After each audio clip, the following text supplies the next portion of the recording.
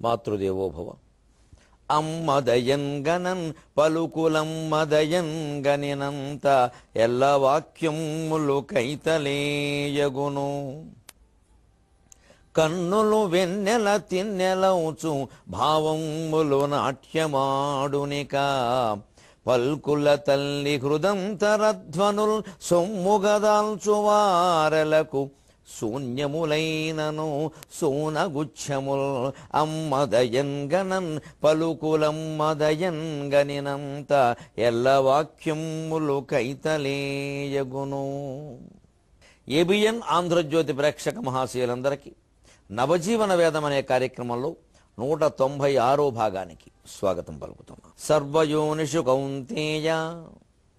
భగవంతుడు క్షేత్రజ్ఞ విభాగ యోగాన్ని ముగించి 14వ అధ్యాయం గుణత్రయ విభాగ యోగంలో ప్రవేశిస్తున్నాడు. శరీరం ఎలా నిర్మాణమైందో ఈ క్షేత్రజ్ఞ విభాగ యోగంలో చెప్పాడు.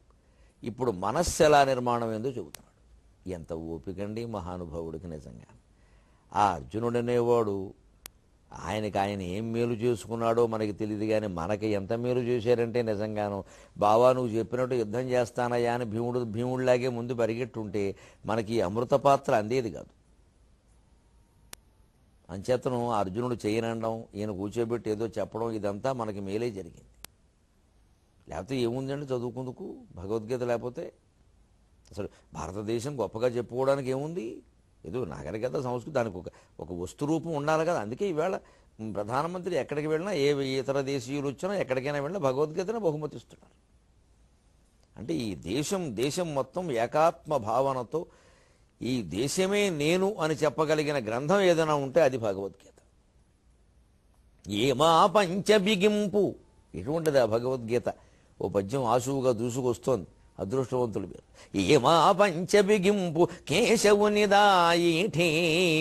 ఏమా పంచబిగింపు కేశవునిదాయిఠేవి. వ్రేలెత్తి ఏదో మాకై ప్రవచించుచుండే. వ్రేలెత్తి ఏదో మాకై ప్రవచించుచుండే. అది గీతోదాత్త వేదాంతమా. వ్రేలెత్తి ఏదో మాకై ప్రవచించుచుండే. అది గీతోదాత్త వేదాంతమా. ఈ మేఘధ్వని నా స్వదేశమును రాజేజేసే విశ్వమునన్. ఈ మేఘధ్వని నా స్వదేశమును రాజేజేసే విశ్వమునన్. ప్రేమావృత్తము వాని వృత్తము, ప్రేమావృత్తము వాని వృత్తము. ధరిత్రి నీవు ధన్యాత్మవౌ. ధరిత్రి నీవు ధన్యాత్మవౌ. అసలు కృష్ణుడు నిలబడిన విధానం ఏమా పంచ బిగింపు. ఏం బిగించారండి పంచని? తెగించిన వాడు అలా బిగిస్తాడు.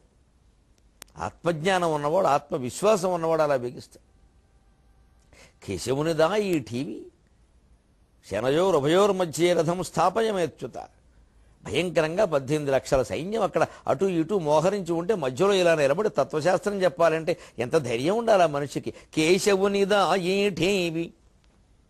వ్రేలెత్తి ఏదో మాకై ప్రవచించుచుండే. అది అర్జునుడికో అశ్వాలకో చెబుతున్నట్టుగా లేదు, మాకు చెబుతున్నట్టుగా ఉంది. వేలెత్తి చెబుతున్నాడు స్వామి మా కోసం, వినండి వినండి బాగుపడండి అని. అది గీతోదాత్త వేదాంతమా. బహుశా అది గీత అనే ఉదాత్తమైన వేదాంతం అయి ఉంటుంది. మా కోసం చెబుతున్నాడు పరమాత్మ. ఈ మేఘధ్వని నా స్వదేశమును రాజేజేసే విశ్వమునన్. ఈ మేఘధ్వని నీలమేఘస్వామిని యొక్క ఈ కంఠధ్వని కదా ఈ భగవద్గీత కదా ఇవాళ భారతదేశాన్ని ప్రపంచం మొత్తం పూజించేంత గౌరవ స్థానంలో నిలబెట్టింది. ప్రేమావృత్తము వాని వృత్తము. ఎందుకు ఈ భగవద్గీతకి ఎంత గౌరవం కలిగిందంటే ఆయన చెప్పబట్టి. ఆయనకేమిటి ఆ ప్రత్యేకత అంటే ప్రేమావృత్తము వాని వృత్తము. ఈ భూమండలం మీద ఆయనకి ఎంత ప్రేమ, ఈ జీవులందరి మీద ఎంత ప్రేమ. అపురూప సౌందర్యవతులైనటువంటి రాధా మొదలైన వారిని ఎలా ఆయన ప్రేమించారో కురూపునైనటువంటి కుబ్జను కూడా అలాగే ప్రేమించాడు కదా స్వామి. ఏదైనా తేడా ఉందా? అర్జునుడిని ఎలా ప్రేమించాడో కుచేలుని కూడా అలాగే ప్రేమించాడు కదా. ఏదైనా తేడా ఉందా? కన్నతల్లి దేవకీదేవిని ఎలా గౌరవించాడో యశోదాదేవిని అలాగే గౌరవించాడు కదా. ఏదైనా తేడా ఉందా? కుంతిని మేనత్తగా ఎంత గౌరవించాడో గాంధారీదేవిని అంత గౌరవించాడు కదా. అమ్మా నీ శాపన్నే భరిస్తానమ్మా అన్నాడు కదా. ఏదైనా తేడా ఉందా? మనకెందుకు వస్తున్నాయండి తేడాలు? పైగా కృష్ణుడి విగ్రహం ఎక్కడ పెట్టాలని ఆలోచిస్తున్నాం మనం. మన మనస్సులో పెట్టుకోవడం మానేసి ఆ పరమాత్మని ఎక్కడో పెడితే ఉంటాడండి ఆయన. ఉండవలసిన పనుందా? ఇక్కడ పెడితేనే ఉంటాడు ఆయన. ధరిత్రి నీవు ధన్యాత్మవు. శ్రీకృష్ణుడనే ఒక్క మహానుభావుడు పుట్టడం వల్ల ఓ భూమాత నువ్వు ధన్యురాలు అయ్యావమ్మ. కిటియీ కౌకిట చేర్చను అన్నారు విశ్వనాథ వారు 1000 పడగల్లో. కిటియీ కౌకిట చేర్చను ఒటువైపు ఆదమున దాకే. కిటి రూపం ధరించి నిన్ను కౌగిట చేర్చుకున్నాడమ్మా వరాహావతారంలో. ఒటువైపు ఆదమున తాకి వామనుడై నిన్ను పాదంతో స్పృశించాడమ్మా. తొలిటి జన్మమున ఏమి నోచితువో అన్నారు 1000 పడగలు నవలలో ఆయన ఒక చోట పద్యం రాస్తూ ఉంటారు. ఎంత విచిత్రమైన వాడండి భగవంతుడు. ప్రాతస్మరుడు ఈయనండి భగవంతుడిని. విగ్రహాల్లో బంధించేసి మనం ఎక్కడ పెట్టడమా అక్కడ పెట్టడమా అని ఆలోచిస్తామా? మనస్సులో బంధించండి, మనస్సులో బంధించండి. దానికోసమే గుణత్రయ విభాగ యోగం. ఆ మనస్వరూపం, శరీర స్వరూపం చెప్పాడు, 24 తత్వాలు చెప్పాడు. ఇప్పుడు మనస్వరూపం చెబుతున్నాడు. సర్వయోనిషు కౌంతేయ మూర్తయ సంభవంతియాహ తాసాం బ్రహ్మ మహద్యోని అహం బీజ ప్రదఃపిత. అన్ని యోనులలోనూ అంటే జన్మస్థానాలలోనూ మూర్తయ యాహ సంభవంతి. యాహ మూర్తయ సంభవంతి. ఏ ఏ శరీరాలు పుట్టుకొస్తున్నాయో, మూర్తి అంటే శరీరం, అందుకే మూర్తి రూపం అంటారు. రామచంద్ర మూర్తి, రామచంద్రుడు అంటే రామచంద్రుడు, రామచంద్ర మూర్తి అంటే రామచంద్రుని విగ్రహం. అది కొంచెం తేడా. మనం ఆ తేడా పెద్దగా వాడాల్సిన అవసరం లేదు. కానీ అసలు విషయం ఏమిటంటే రామచంద్రుడు అంటే రాముడు, రామచంద్ర మూర్తి అంటే రామచంద్రుని విగ్రహం, బొమ్మ. అంటే మూర్తిమంతమైంది అంటారు. మూర్తిమంతమాయే అనేదో పాట కూడా ఉంది. అందుకని రామచంద్రమూర్తి, కృష్ణమూర్తి. కృష్ణుడు అంటే కృష్ణుడు, కృష్ణమూర్తి అంటే కృష్ణుడు బొమ్మ, అదనమాట. మూర్తయ సంభవంతియాహ.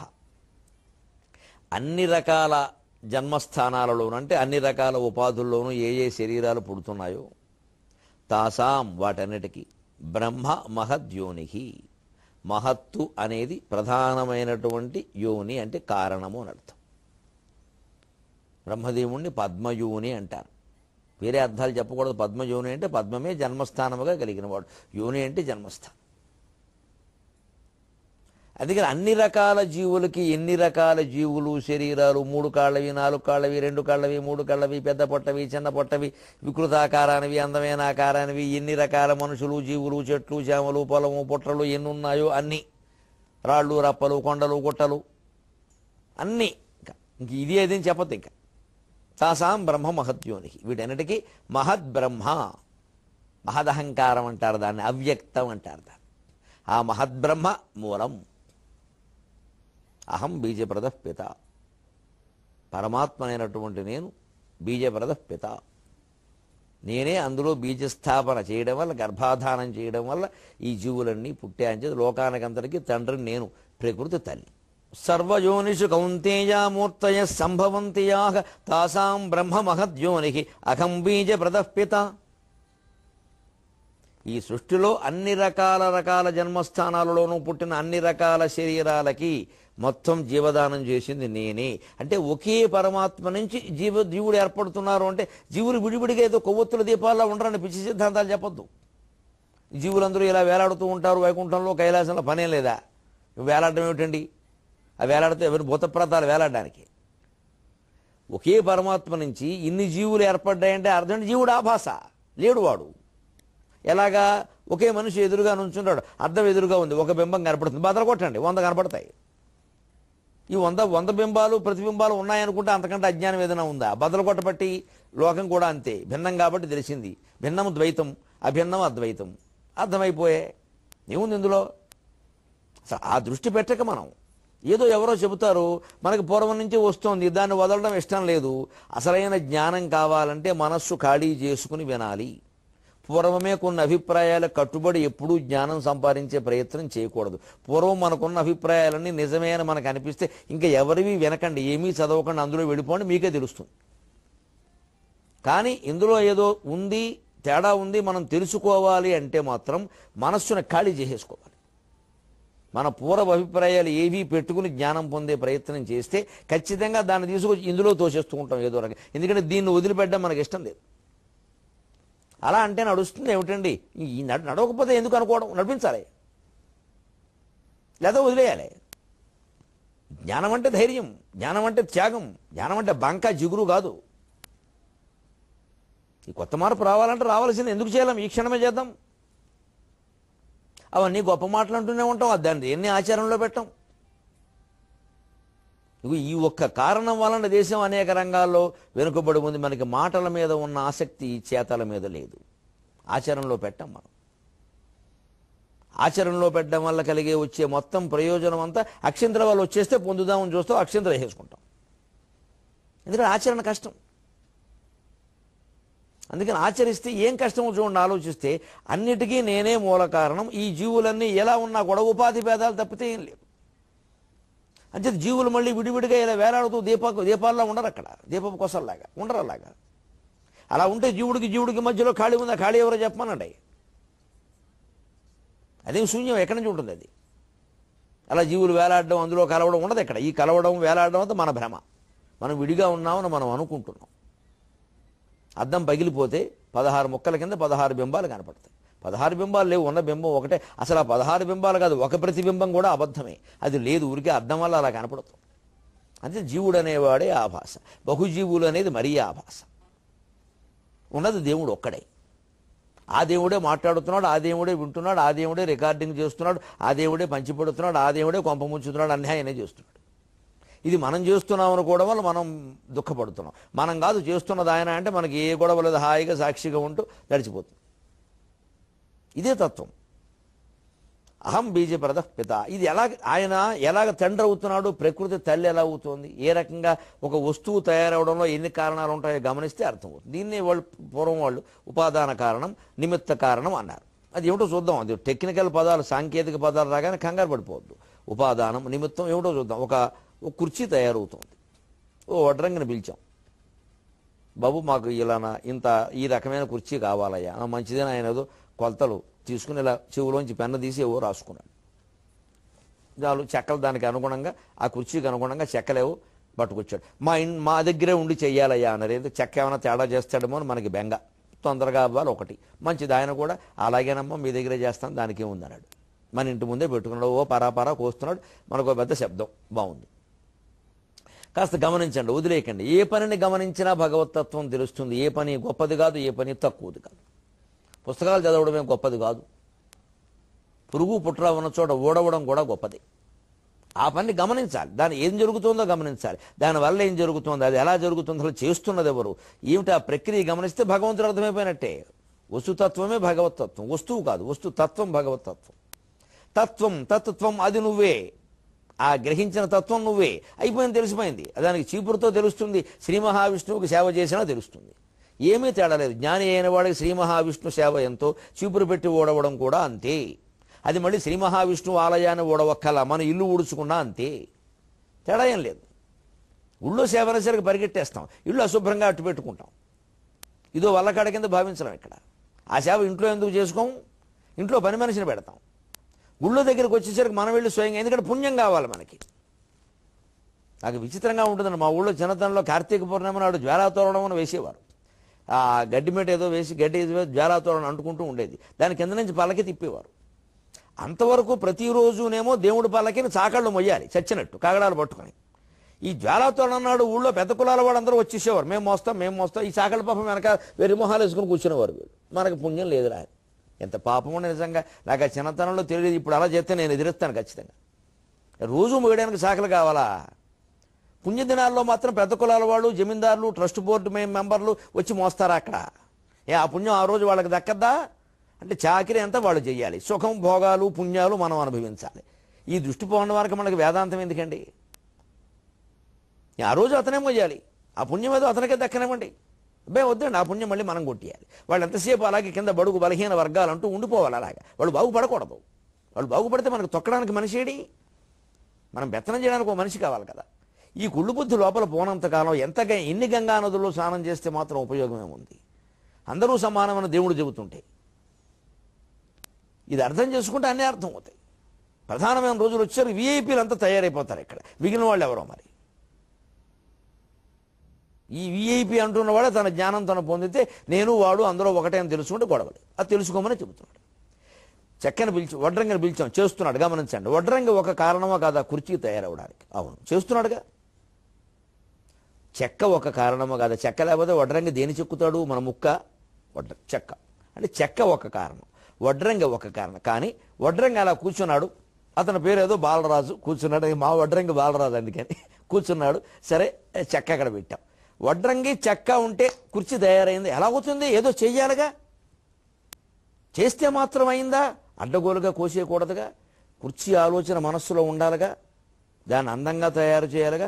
ఈ అందమైన ఊహలన్నీ వడ్రంగి మనస్సులోనే ఉన్నాయిగా. కేవలం ఊహలుగా ఉంటే అయిందా? వడ్రంగి వల్ల ఏమైనా అయిందా? కాదు. కాబట్టి వడ్రంగి నిమిత్త కారణం, నిమిత్త మాత్రుడు. చెక్క ఉండాలి, ఊహలు ఉండాలి, ఊహలను అమలు చేయాలి. ఇన్నైతే కానీ అతను అవట్లా, అందుకని నిమిత్త కారణం. చెక్క ఉపాదాన కారణం. వేదాంతంలో పరిభాష ఇది, ఇంతకంటే లేదు. చెక్క ఉపాదాన కారణం, వడ్రంగ నిమిత్త కారణం. మరి ఇంతకీ కుర్చీ అయిపోతే ఇప్పుడు గమనించండి, దృగ్బ్రహ్మ దృశ్యం మాయా స్యాత్. అసలైన వేదాంతం ఇక్కడుంది. కుర్చీ ఉన్నట్టా లేనట్టా? లేకపోవడం ఏంటి? 2000 ఇచ్చి చేయించుకున్నాం, డబ్బులు ఇచ్చాం, అక్కడ కుర్చీ ఉంది, కూర్చున్నాం, ఊగుతున్నాం. లేకపోవడం ఏంటి? కానీ కుర్చీ అని నువ్వు దేన్ని అన్నావో అది లేదు నిజానికి. ఎందుకంటే ఉన్నది చెక్కే. నువ్వు చేయించిన కుర్చీలో ప్రతి ముక్క చెక్కే. మరి వడ్రంగి ఏమయ్యాడు? నిమిత్త కారణం వాడు ఎప్పుడు ఉండడు, పని అయ్యాక వెళ్ళిపోతాడు. అందుకే నిమిత్త మాత్రం భవ సవ్యసాచిన్ అన్నాడు ఏకాదశి అధ్యాయం. యుద్ధానికి నువ్వు నిమిత్త కారణం. కుర్చీ అయిపోయిన తర్వాత చెక్క అక్కడ ఉంటుంది. కుర్చీ అని వీళ్ళు అనుకుంటూ ఉంటారు దాన్ని, అది ఉండని నువ్వు వెళ్ళిపో. వడ్రంగి వెళ్ళిపోతాడు. ఇంకా అక్కడ ఆయన కూర్చుంటాడు. ఏమిటి, నేను చేసిన కుర్చీ అండి, నేనే కూర్చుంటానంటే నువ్వే పట్టుకెళ్ళి ఇంటికి డబ్బులు ఎందుకంటారు? వడ్రంగి వెళ్ళిపోతాడు నిమిత్తగా. అలాగే అర్జున యుద్ధం చేసి వెళ్ళిపో, అంతే. యుద్ధం చేసి వెళ్ళిపో, దీని ఫలితాలు ఏమి ఆశించదు. అయిపోయింది, నీకు ఇచ్చేది ఏదో ఇచ్చారు, కీర్తి దక్కిందిగా. వడ్రంగికి డబ్బులు వచ్చినట్టే నీకు కీర్తి వచ్చింది యుద్ధం చేసినందుకు. వెళ్ళిపో. లేదు మరణం వచ్చింది, ఏదైనా వస్తుంది. ఇదే నిమిత్తం మాత్రం. అందుకని నీ వల్లే అంత అవుతుందని అనుకోవద్దు. వడ్రంగి అనుకోడు తన వల్లే అంత. కుర్చీ చేసింది నేనే అంట. కానీ చెక్క యజమాని ఇచ్చిన డబ్బులు, తన ఆలోచనలు ఉన్న అందరు వడ్రంగులు ఒకలా చేయలేరు.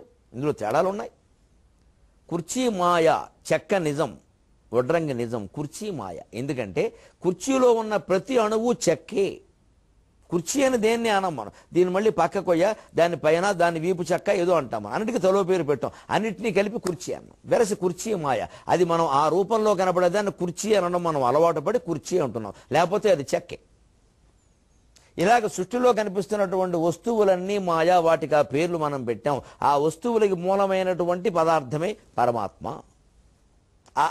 అలా వెతుక్కుంటూ లోపలికి చర్చించుకుంటూ పెడితే తెలిసింది. అందుకని దృగ్బ్రహ్మ దృశ్యం మాయా స్యాత్. నీ చూపు నిజమయ్యా, చూసేటువంటి దృశ్యం ఎప్పుడూ మాయే అన్నారు. సర్వయోనిషు కౌంతేయామూర్తయ సంభవంతియా తాసాం బ్రహ్మ మహద్యోనికి అహం బీజ ప్రదఃపిత. అన్ని వస్తువులు ఏవి తయారైనా ఆ వస్తువు ఏ రూపంతో మనం పిలుస్తున్నామో ఆ రూపం మాయ. మూలమైనటువంటి చెక్క యథార్థం. అలాగే సృష్టి మాయ, సృష్టికి మూలమైన పరమాత్మ యథార్థం. అందువల్ల ఈ శరీరం మాయ. దీని కేవలం నిమిత్త మాత్రంగా మనం ఉన్నాం కాబట్టి ఇంత అన్నం పెడితే సరిపోతుంది. ఏదో 2 బట్టలు కింద ఒకటి పైన ఒకటి, లోకంలో అల్లకల్లోలాలు సృష్టించకుండా, సునామీలు రాకుండా మనం బట్టలు దొరుక్కుంటే సరిపోతుంది. అంతే చాలు. అంతకుమించి వైభవాలు దీనికి చేయక్కర్లేదు. ఎందుకంటే ఇది దేన్ని భరించలేని ఒక జడ పదార్థం, అతి సున్నిత పదార్థం. ఇది ఒక పూటించుక కూడు తక్కువగునే నోర్వంగలేదు. ఎండ కోపక నీడన్ వెదుకున్ చలింజడిసి కుంపట్లెత్తుకోజూచు వానకు నిల్లిల్లును దూరుని తనువు దీనన్ వచ్చు సౌఖ్యంబు రోసి కడాసింపరుగాక మర్త్యులకట శ్రీకాళహస్తీశ్వర. ఇంత అస్థిరమైన మాయైన శరీరం కోసం ఎంత తాపత్రయపడిపోతున్నారయ్యా. ఎంత జడ పదార్థం ఇది, ఎంత హీనమైంది. ఒక పూట ఇంచుక కూడు తక్కువగునేని ఓర్వంగలేదు.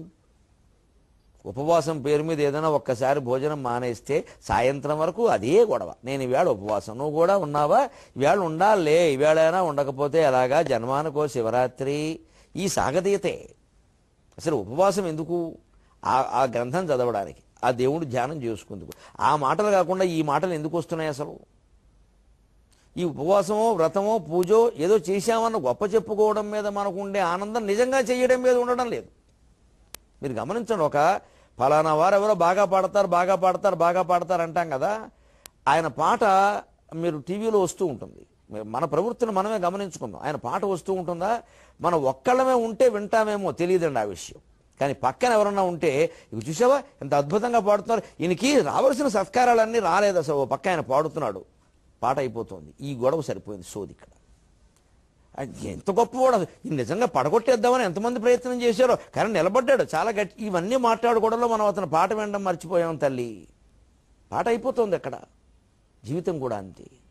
జీవితాన్ని గురించి చర్చించడంలో జీవితం అయిపోతుందనే విషయం వదిలేసాం, పాట అయిపోతుంది.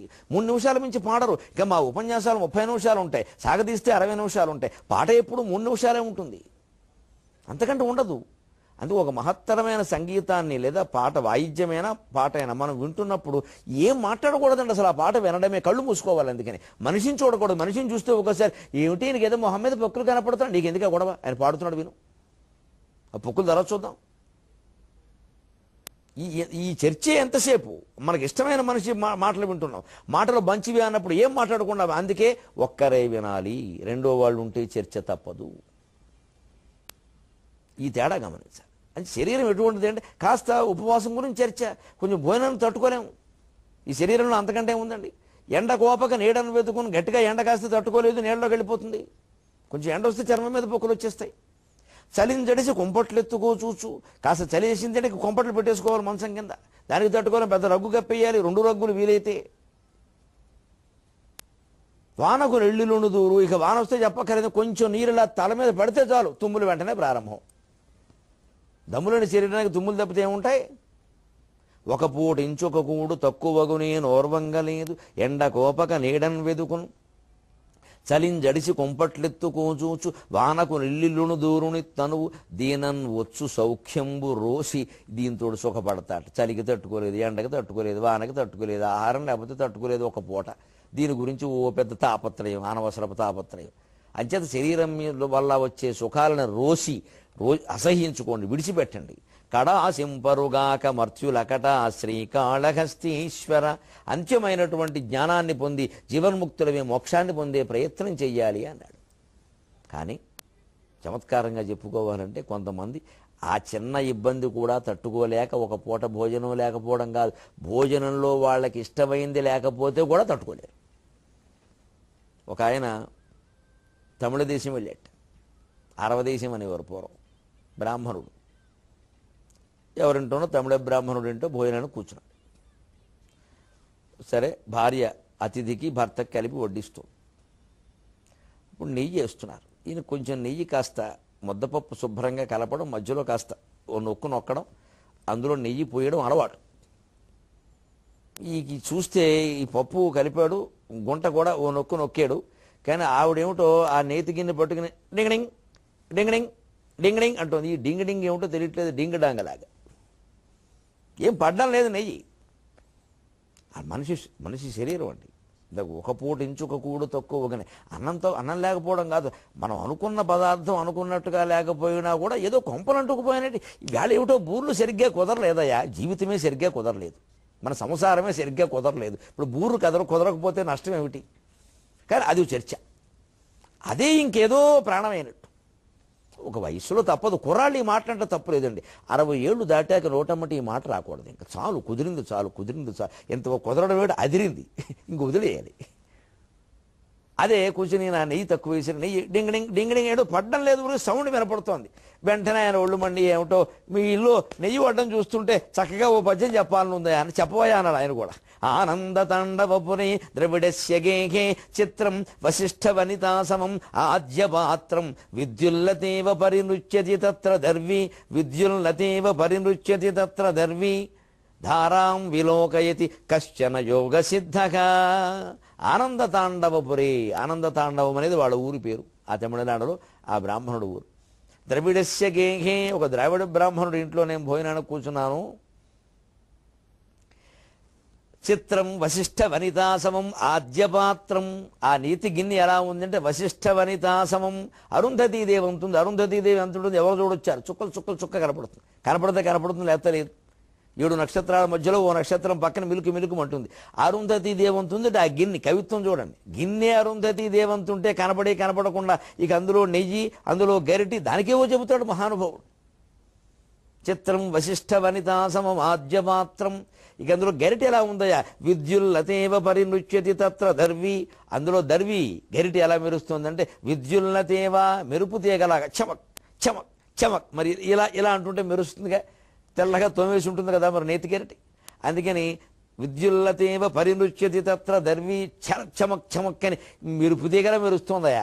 గిన్నెమో అరుంధతి నక్షత్రంలా ఉందిట, గరిటేమో మెరుపు తీగలా ఉందట. నీ ఇల్లు బంగారంగానే భలే చెప్పావయ్యా, తిడితే తిట్టావు కానీ, లోపం ఎన్నితే ఎన్నేవు కానీ కవిత్వం చెప్పావు బాగుంది. నెయ్యి ఎలా ఉందయ్యా అంటే అది నా వల్ల కాదులండి. ధారాం విలోకయతి కశ్చన యోగ సిద్ధగా. మహానుభావుడు ఎవరైనా ఏ బాబా రామ్దేవ్జీ లాంటి వాడో యోగాభ్యాసం చేసేసి అమిత సూక్ష్మమైన వస్తువులను కూడా చూడగలిగిన వాడెవడో ఆ నేతి ధార కనిపెట్టాలి కానీ నాకు కనపడ్డం లేదయ్యా అన్నట్ట. వీడి ఇల్లు బంగారం కానీ నెయ్యి తక్కువైతే అయింది కానీ ఎంత మంచి శ్లోకం చెప్పాడండి. ఆ ఇల్లాలకి నమస్కారం. ఎందుకంటే నెయ్యి సరిగ్గా వడ్డించకుండా ఈ పెద్ద మనిషి ఈ శ్లోకం చెప్పే అవకాశం ఇచ్చి మనం జీవితాంతం ఆనందం పొందే అవకాశం ఇచ్చినందుకు ఆ ద్రావిడ బ్రాహ్మణుడు ఇల్లాలకి నేను నమస్కారం చేస్తాను. చెప్పిన ఆయనకు కాదు, ఇది నేను చెప్పగలను కానీ చెప్పే అవకాశం రావాలిగా. ఆ నెయ్యి వడ్డన సరిగ్గా లేకపోతే మరి ఈ పద్యం రాదు కదా, సరిగ్గా ఉంటే ఈ పద్యం రాదు, లేకపోతే వచ్చింది. ఆనందతాండవపురే ద్రవిడస్య గేహే చిత్రం వశిష్ఠ వనితాసమం ఆద్యపాత్రం విద్యుల్నతేవ పరినృత్యతి తత్ర దర్వి ధారాం విలోకయతి కశ్చన యోగ సిద్ధగా. ఇటువంటి చమత్కారాల ద్వారా మనం ఆ భోజనాలు, ఆ శరీరాలు, ఆ సౌఖ్యాలు ఒక దశలో వదిలేయాలవన్నీ. తర్వాత అనంతమైనటువంటి పరిపూర్ణత్వాన్ని చేరుకుందుకు ప్రయత్నం చేయాలి. అదే నవజీవన వేదం. సెలవు.